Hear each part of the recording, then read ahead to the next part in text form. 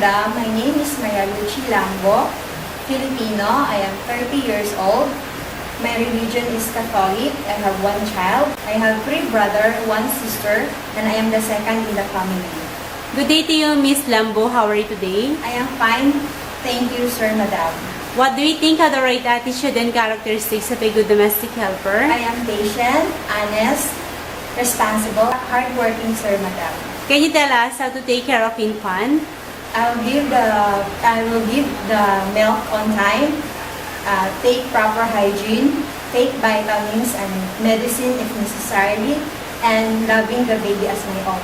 Okay, what if you commit mistakes, what to do? I will say sorry and I will promise I will not do it again. What is your last message to your future employer? Sir Madam, please choose me as your domestic helper and I promise I will do my duties and responsibilities and I will finish the 2-year contract. Thank you, Miss Maria Lucia, and hope to see you soon in Singapore. Thank you, Sir Madam.